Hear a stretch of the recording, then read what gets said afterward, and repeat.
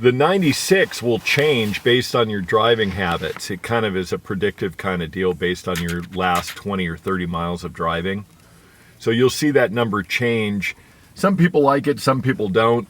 I tend to just look at the meters on the right on how many bars I have. Say for where I am, it's cold. It. You could set the heater for before you get in the vehicle? Yes. Like as a remote car.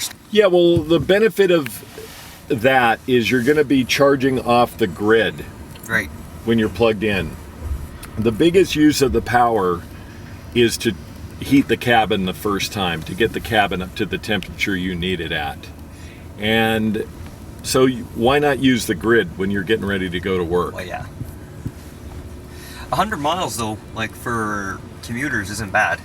Like 100 miles is quite a bit of distance. Well, we spend a lot of time educating people about that. And some people are totally down with the concept and some people are going, no way. Well, as I've told people plenty of times, if you were to document your last 60 days of driving, it would usually tell you a lot. And of course the numbers bear out that like 90% of population drives less than 40 miles a day. That's what the raw numbers are. And you have a lot of people saying, hey, this is a perfect second car. You know, like my wife should drive it every day because she drives short distances. The reality is, for a lot of people, it's really the primary car and your SUV is the secondary car because you go skiing twice a month. You go on a family vacation once every 6 months. You know, you just, it's not for everybody, and we don't try and talk people into. Some people think it's a great style. Some people love the front end lamps.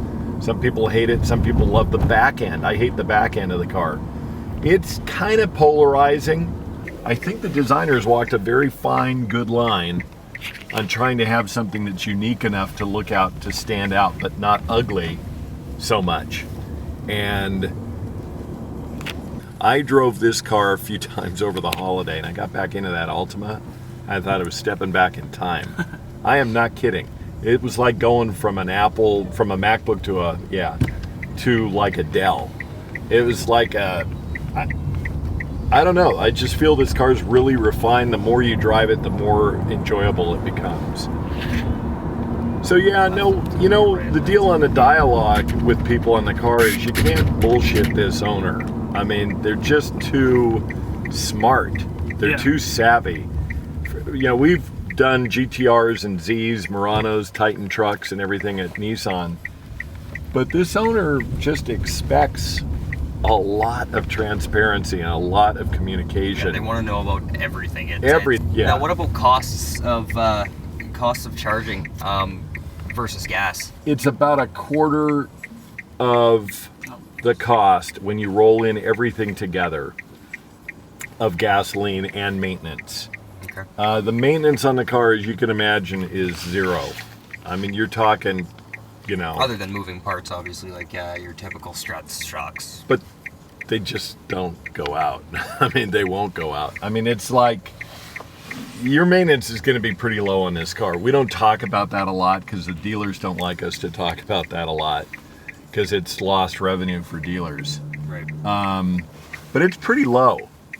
Cost of the car is $32,780, and there's a $7,500 tax rebate on it. In California, there's a $5,000 cash rebate, and there's access to the carpool lane in California. Prius access in the carpool lane is going away in June. Right. Wow. Oh wow. What I can say is it drives like a car. It feels like a car, like any standard car. The only difference is well, it's quieter. And the pickup's a lot more linear, you know? Yeah. Like you said, slot car is a good way to do it. Yeah. Versus some cars, like most cars actually, you got to keep it in a torque band to keep up that pickup. Here, it goes in a straight line. Well, this has a CVT transmission, so that levels out it's left. It levels everything out too. It helps the driving experience, but. Again, our guys do Z's and stuff, and they pretty much knock down the handling, I think. Some people have thought that the steering's a little light in the car. I don't have enough space to really figure it out. You can pull in right around these guys.